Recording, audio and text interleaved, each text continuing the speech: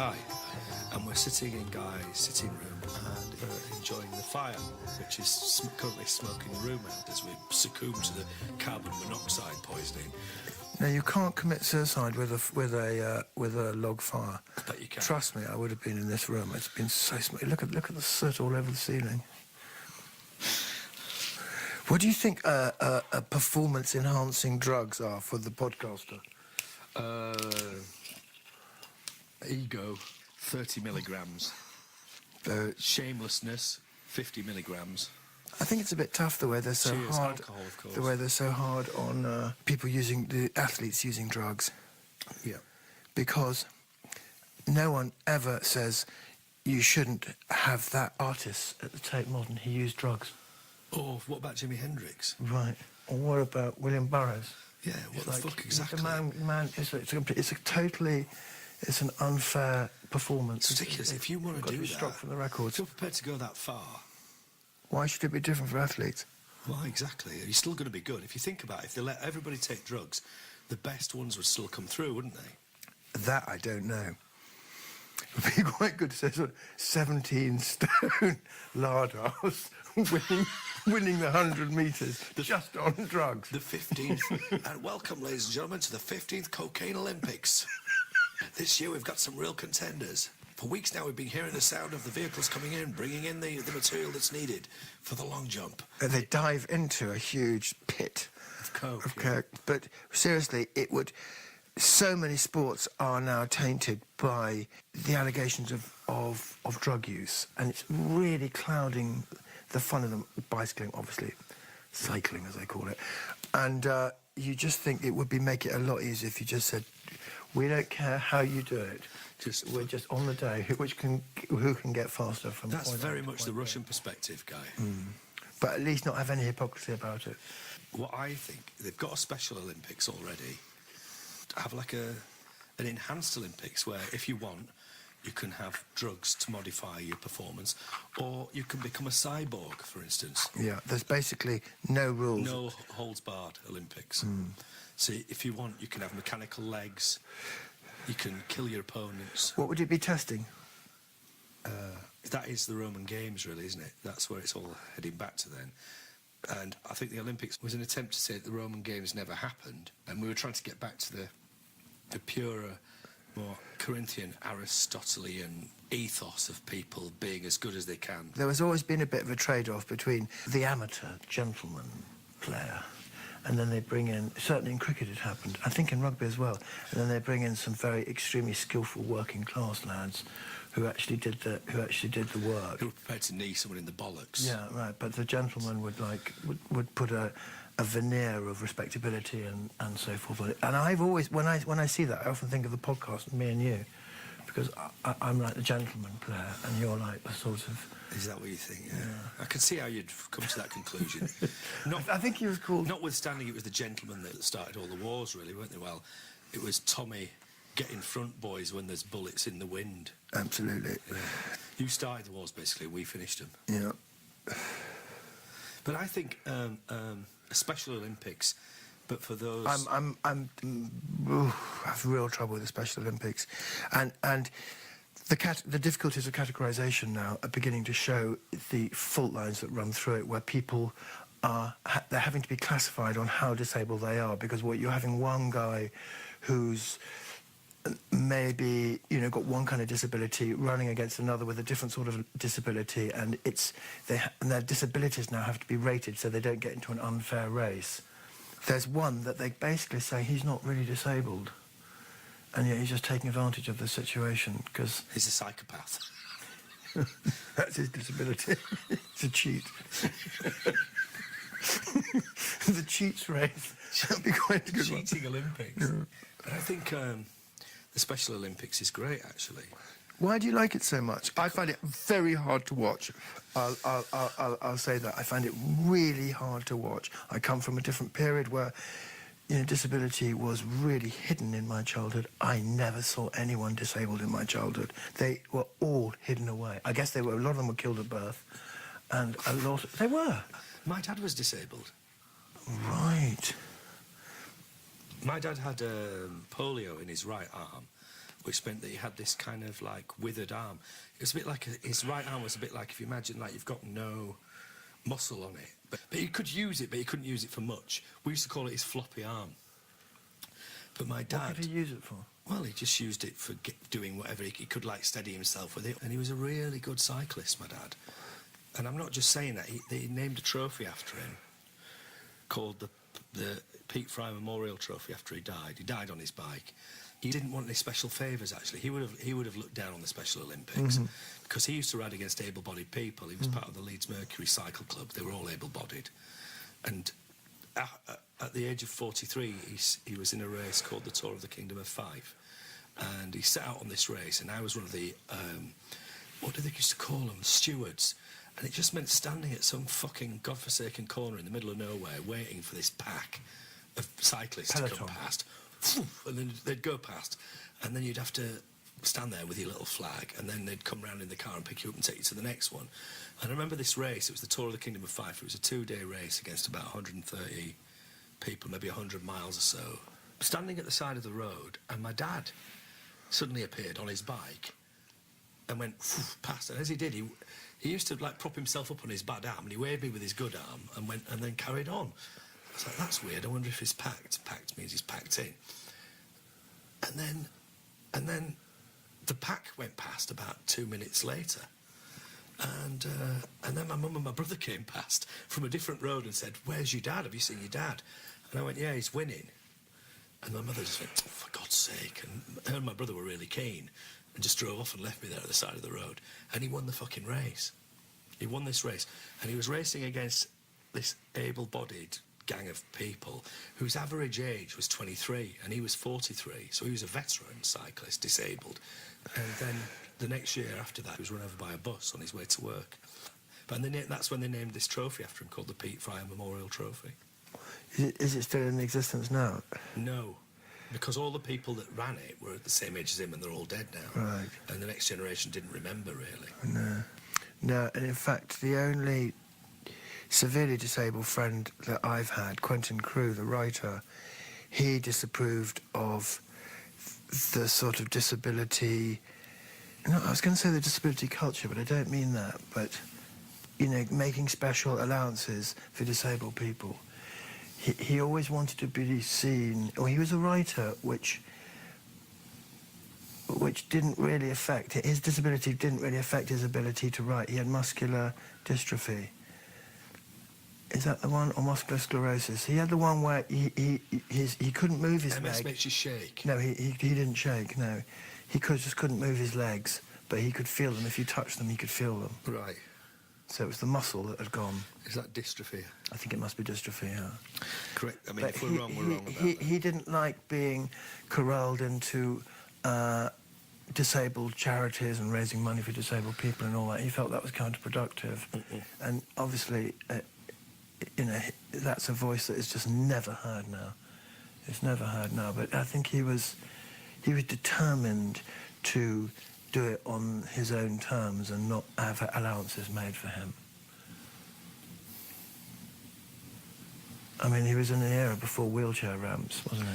Well, that's He the really thing, was. you know. And the He other crossed the Sahara Desert on a wheelchair. Did he? That is true, yeah. That's absolutely true. And wrote a very good book about it. He crossed the fucking Sahara Desert? Yeah, in a wheelchair, yeah. What's his name again? Quentin Crewe.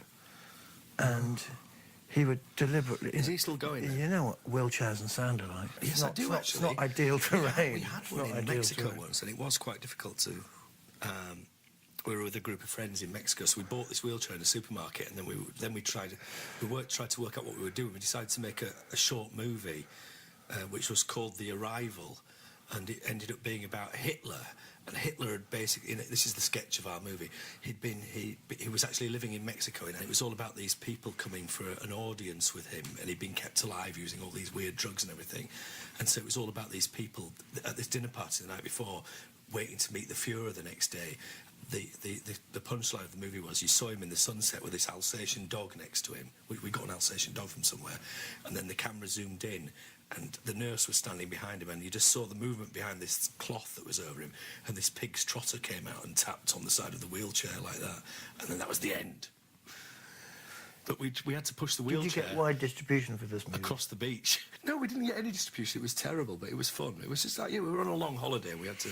Anyway, we digress.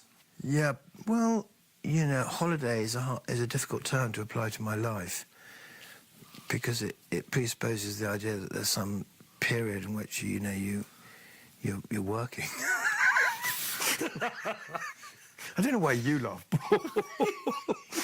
Fucking hell. What do you mean by that? You know... But I think that work as hard as the getting on next a man. plane with a lot of people... Getting on a plane with a lot of people who are all... They've worked really hard, they've saved up, you know, it's their holiday for 2 weeks. There's a real buzz on the plane and they're all going off on holiday. That's good. I quite like that. I remember I like those to be... I've often lived in tourist towns. Glastonbury's a tourist town. Llangollen was a tourist town. And when you go down those high streets, which I know really well, you know, good percentage of the people are on holiday.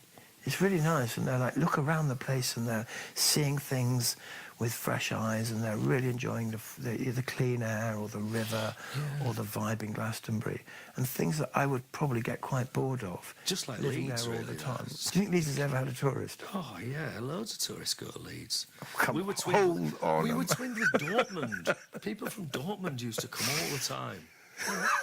And they were amazed by what Leeds had to offer.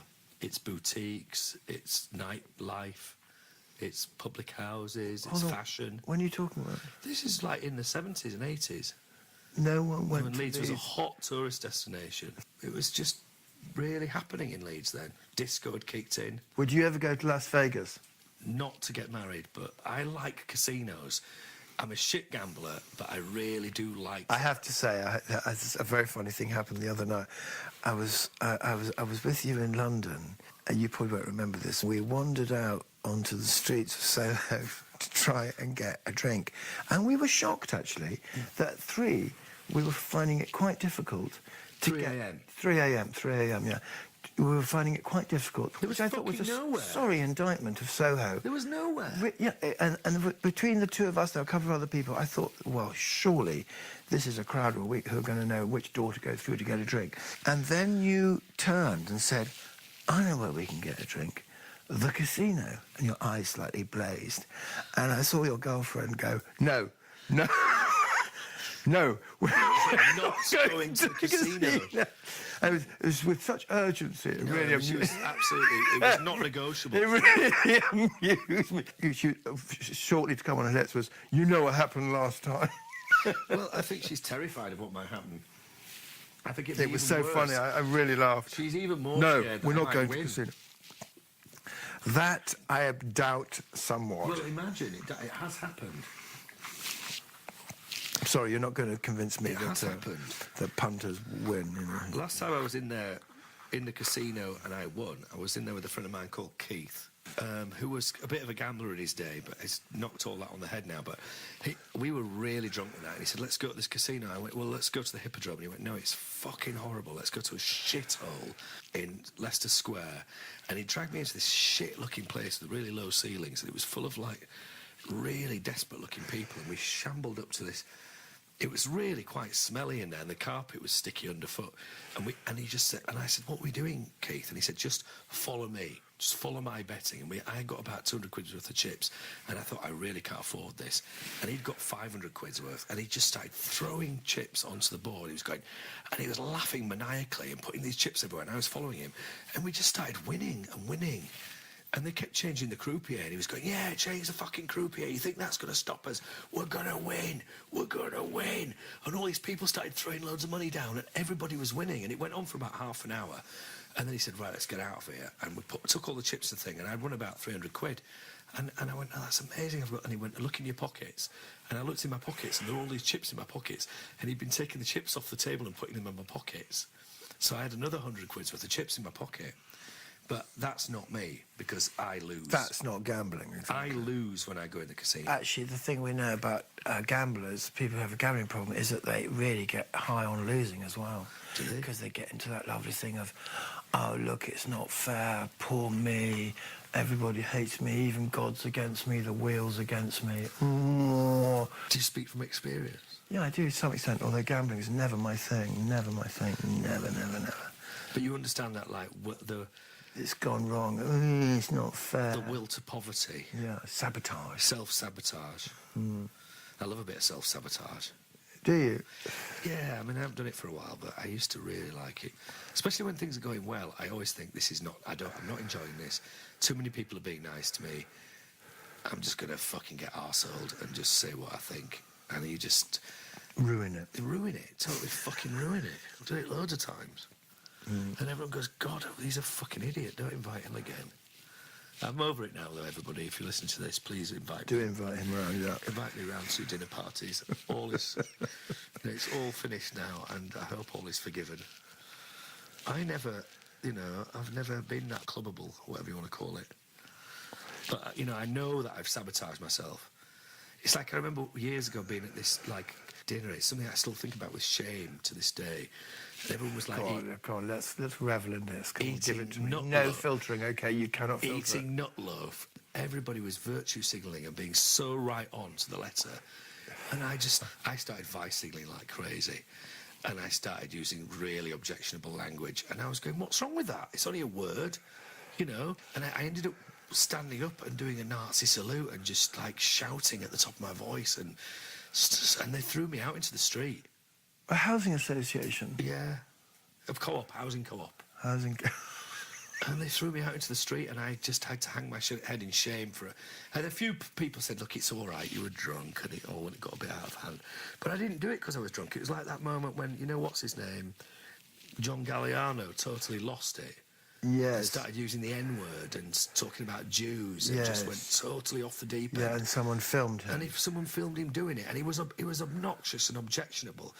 But it's because of that feeling of being imprisoned. I know why people do things like that. They just kick off and they try and say the most offensive things possible just because they're sick of everyone being nice all the time. Do you know what I mean by that? Yeah, I do know what you mean. So you think probably he didn't really mean it at all. All he was doing was just playing a game. Not even playing a game, just reacting. Well, like you play a game if you play a part on the stage, for instance, where you have an objectionable character. No one goes, that's not right. They just go, he's just playing a game. That's his part that he's playing. But there is some pretty insidious shit around at the minute about all that. I keep noticing this in this whole Illuminatus conspiracy theory thing where people they always go on about the Rothschilds and the Jews controlling everything, and they link that in with Hitler and say that the Jews organised the Holocaust and all this fucking nasty shit. I mean, there's some really poisonous stuff going on. And the thing is, if you're up your own arse and drunk all the time, and you think that that the reality you're involved in is complete bollocks, i.e. the fashion world, and you're doing a bit of like bedroom research at home when you're on your own, maybe you start to believe that stuff after a while, and maybe that comes out, and that really is horrible and wrong, because that definitely is going on at the minute. The rise of the right. All these fucking marches going on. I mean, people are deliberately stirring that stuff up. So you can't excuse people behaving like that, but you can understand them. Boys will be boys. Girls never behave like that, do they? Not really. No, not as a rule. No. The funny thing is that when women do get into positions of political power, nothing madly seems to change, and I never quite work that out.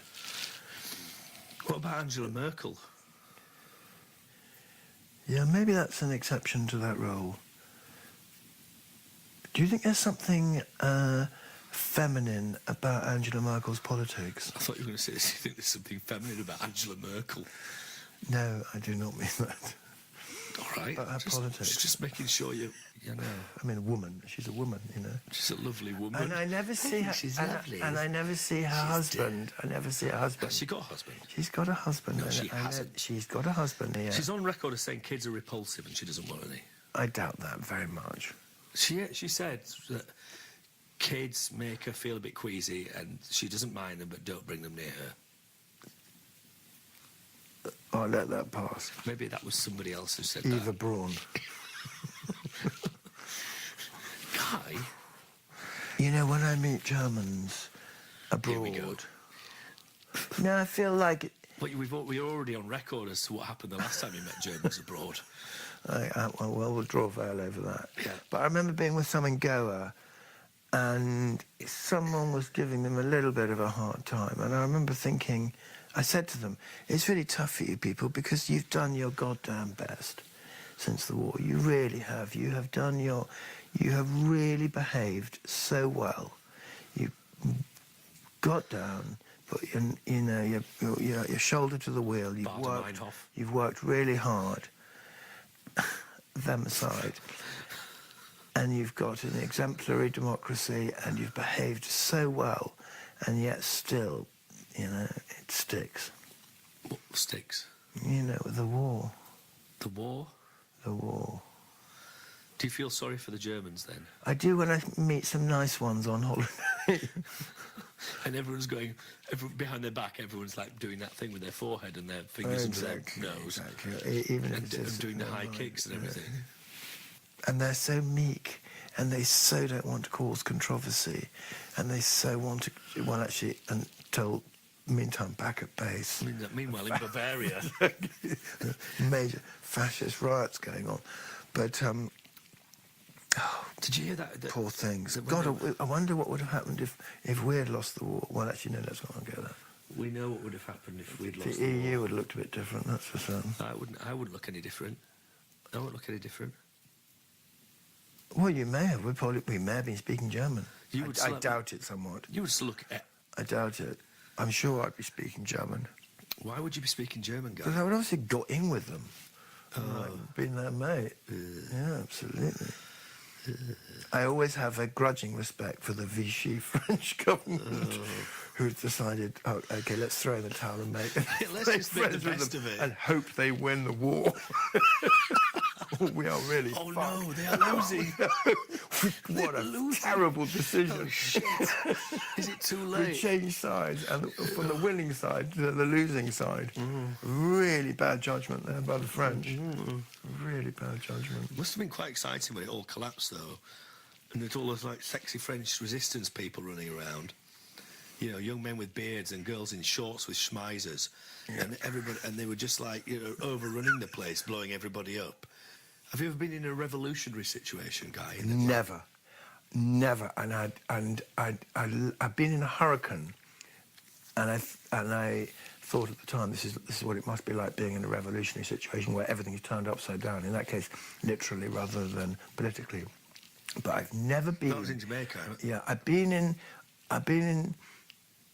never been in a really... Your house got completely blown away, didn't it? Yeah, which what would happen in a revolutionary situation, But I've never been in that, and I would quite like to be. In fact, when they were at 1989, when the Soviet Union was collapsing, and there were a lot of those fairly dangerous riotous situations in the Eastern European capitals. Do you remember where they were like Nicolae Ceausescu? People like that were being overthrown. I had a strong urge to go there and to watch it going on, but I didn't typically get off the sofa. We were there in '89. We left just before it all happened. What do you mean there?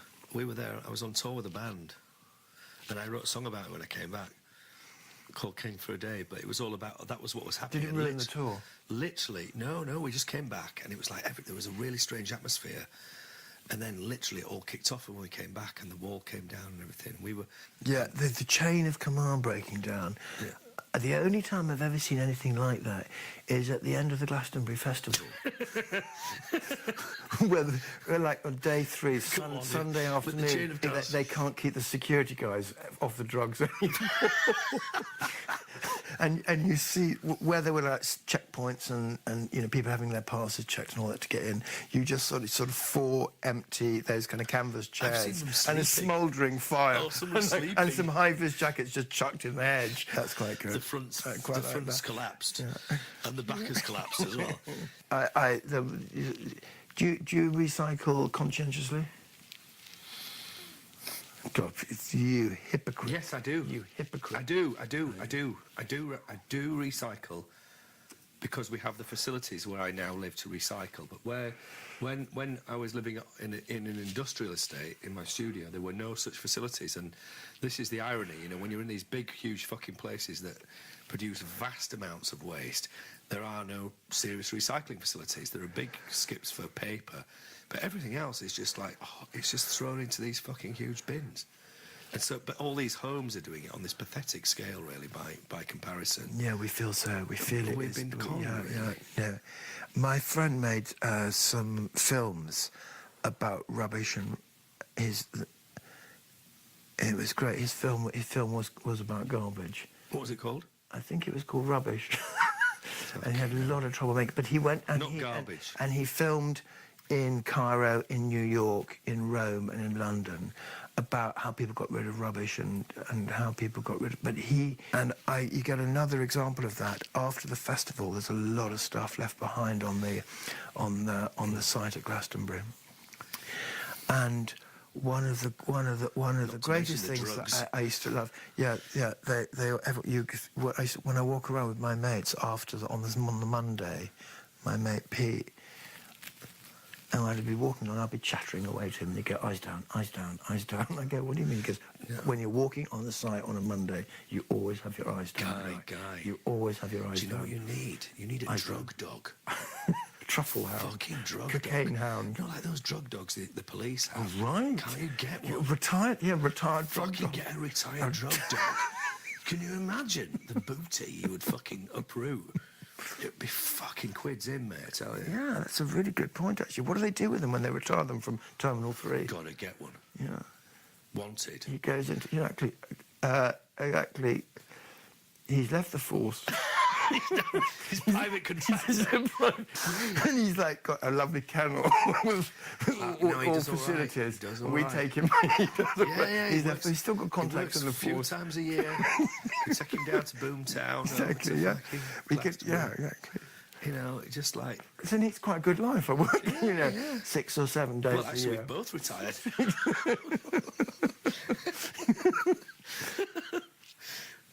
Anyway, so there's a huge amount. I heard that's why Michael Eavis can't put his cows out.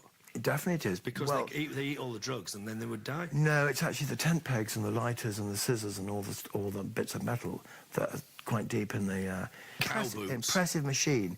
It was towed behind a tractor, and it was about 12 foot wide, and it was a huge electromagnet. And I used to go and have a look at it when they'd wait for some rain to fall so the earth was a bit soft, and they'd run it over, and it would picking up all the metal. Didn't the hippies go mental about that because they'd be demagnetising the ley lines? Anyway, just to go back to that, so there was a lot of rubbish left over, and one of the